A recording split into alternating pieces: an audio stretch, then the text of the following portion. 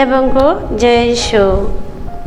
कृष्ण में प्यारे भाई और बहनों, हमारे जीवन में हम लोग कभी कभी बहुत थक जाते हैं, शारीरिक तौर से, कभी कभी मानसिक तौर से। काम काज करके भी थक जाते हैं, बीमारियों की वजह से थक जाते हैं, चिंताओं की वजह से थक जाते हैं, परेशानियों की वजह से थक जाते हैं। पर प्रभु कहते हैं, सन्मति का सुसमाचार अध्याय 11 का वचन संख्या 28 में कहते हैं, थके मंदे और बोझ से दबे हुए लोग सभी तुम लोग मेरे पास आओ, मैं तुम लोगों को विश्राम दूंगा। जब हम लोग दुख तकलीफ से थक जाते हैं, हमारा बोझ, दुखों का बोझ, परेशानियों का बोझ जब भारी हो जाता है, तो प्रभु जानते हैं, इसलिए कहते हैं कि तुम लोग सब के सब मेरे पास आओ, मैं तुम लोगों को विश्राम दूंगा।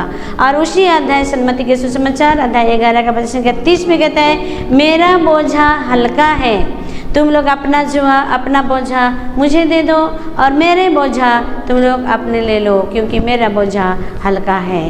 तो आइए, जब हम लोग बोझ में दब जाते हैं, थक जाते हैं, परेशानियाँ हमें पीछा नहीं छोड़ता, उस समय प्रभु के पास आइए, प्रभु की शरण जाइए। प्रभु हमें विश्राम देंगे, शांति देंगे और हमारा बोझा अपने ऊपर उठा लेंगे। पेतरुस का पहला पत्र अध्याय 5 का वचन संख्या 7 में प्रभु कहते हैं, तुम्हारा चिंता भावना का बोझ उस पर छोड़ दो, क्योंकि वो तुम्हारा शुद्धि लेता है। अपनी सारी चिंताएं उस पर छोड़ दो, क्योंकि वो तुम्हारी शुद्धि लेता है। दूसरे शब्द में या दूसरी भाषा में हम लोग देखते हैं तो बोलते हैं कि वो तुम्हारे लिए चिंता करता है। ईश्वर हमें शुद्धि लेता है, दुख तकलीफ के माध्यम से, परेशानियों के द्वारा हमें हमारा शुद्धिकरण होता है। तो कृष्ण में प्यारे भाई और बहनों, उसी चिंताओं से आप लोग अपने आप को मत दबाइए, परेशान मत कीजिए। सन्मति का सुसमाचार अध्याय 6 का वचन संख्या 31 में प्रभु कहते हैं, तुम लोग इसलिए तुम लोग इसलिए कहता हूँ कि चिंता मत करो, हम क्या खाएं, क्या पहने, क्या पिए, इसके लिए चिंता मत करो।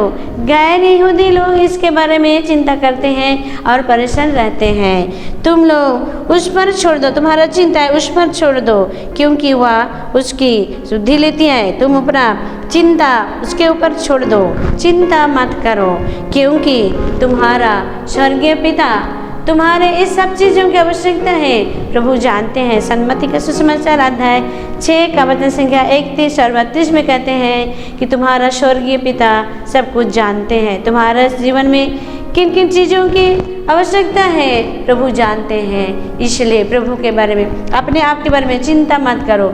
हम लोग क्या चाहिए, प्रभु सब कुछ जानते हैं। हमारा जीवन ईश्वर के हाथों में है। इसलिए प्रभु कहते हैं, तुम्हारा बोझ अब ईश्वर के ऊपर छोड़ दो, ईश्वर के ऊपर छोड़ दो सब चिंताएं।